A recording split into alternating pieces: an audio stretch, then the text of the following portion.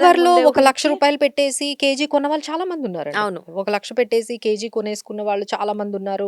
1,50,000 దగ్గర కూడా కేజీ కొనుక్కున్న వాళ్ళు చాలా మందున్నారు. హ్మ్. సో, ఈ విధంగా ఇన్వెస్ట్‌మెంట్ వైపు ఒకవైపు సిల్వర్ ఇన్వెస్ట్ చేసేస్తున్నారు. ఈటీఎఫ్స్ ద్వారా అండి. కొంతమంది ఫిజికల్‌లో కొంటే కొంతమంది ఈటీఎఫ్స్ ద్వారా చాలా పెడుతున్నారు. హుహు. అప్పట్లో ఇంత అవేర్‌నెస్ లేదు. ఓకే. సిల్వర్ ఈటీఎఫ్స్ ద్వారా పెట్టొచ్చా?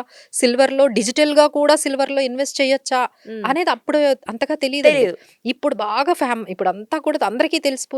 సో, ఫిజికల్‌గా కాదు దీన్ని డిజిటల్‌గా కూడా హ్మ్. మనము డీమ్యాట్ అకౌంట్ ద్వారా సిల్వర్‌లో పెట్టడం ఎక్కువైపోయింది. హ్మ్. సో, ఈటీఎఫ్స్, సిల్వర్ ఈటీఎఫ్స్ అనేవి మనకు చాలా కంపెనీస్ ఉన్నాయండి. ఇప్పుడు ఎడెల్‌వైస్ ఉంది, మోతిలాల్ ఓస్వాల్ ఉన్నాయి. ఇలాంటి చాలా ఈటీఎఫ్స్ మనకు మార్కెట్‌లో అవైలబుల్‌గా ఉండేటప్పటికి just click of the button కదా! మనీ ఉండగాను 70,000 ఉంటే ఈటీఎఫ్స్‌లో రైట్. మనం 1000 కూడా పెట్టేసుకోవచ్చు. హ్మ్. అంత కన్వీనియన్స్ ఎప్పుడైతే వచ్చిందో అందరూ కూడా ఇన్వెస్ట్ చేయడం స్టార్ట్ చేశారు. సో, ఒక్కసారిగా అది మనకి డిమాండ్‌కి తగ్గట్టుగా సప్లై లేదు. లేదు. హ్మ్.